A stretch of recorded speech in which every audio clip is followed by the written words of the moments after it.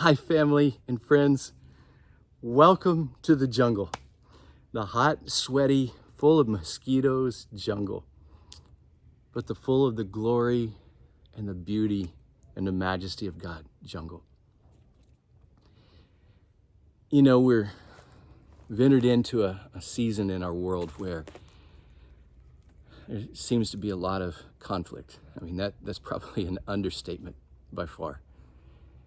And I hear many times how darkness is on the increase, how darkness is growing.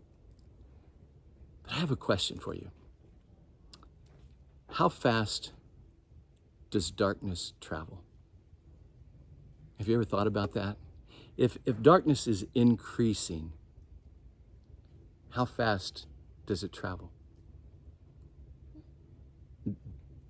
There's really not an answer. But the other question is, how fast does light travel? Now, there's an answer to that one. And that's 186,000 miles per second. I can't even imagine anything that fast, but light travels just like that.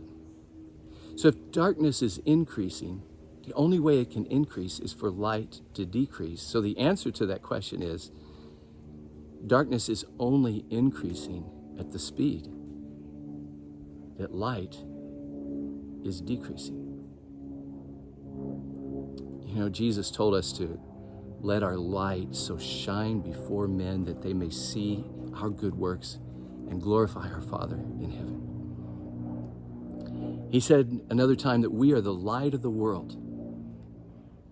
Now, we don't have a light source of our own. We reflect his light, or we obscure his light. We're kind of like the moon. We've all got a lot of craters. We've got a dark side, but if you get the moon in just the right place, it reflects the light of the sun and lights up the darkness. Do you remember the story about Jonah and his friends on the boat? The sea was going crazy and they were about to sink. Not because the captain had done something bad in the last port of call, or the deckhands had done something wicked. Maybe they had. But the storm came because God's man was hiding in a dark closet in the bottom of a dark boat. God says, if my people who are called by my name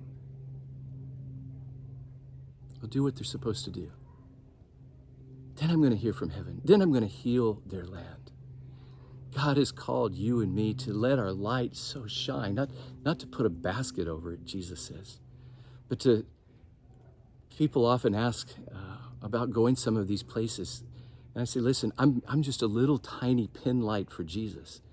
But if you take a pin light into the darkness and let it shine, it's bright and people are thankful and they come to the light. Unfortunately, too many of us are shining our light in the light. And that's a bad use of time and energy and money. Let's take his light and let's let it shine, not on the world, but in the world, and help people find a path, a way back to the King, the one who is the light of the world. God bless you.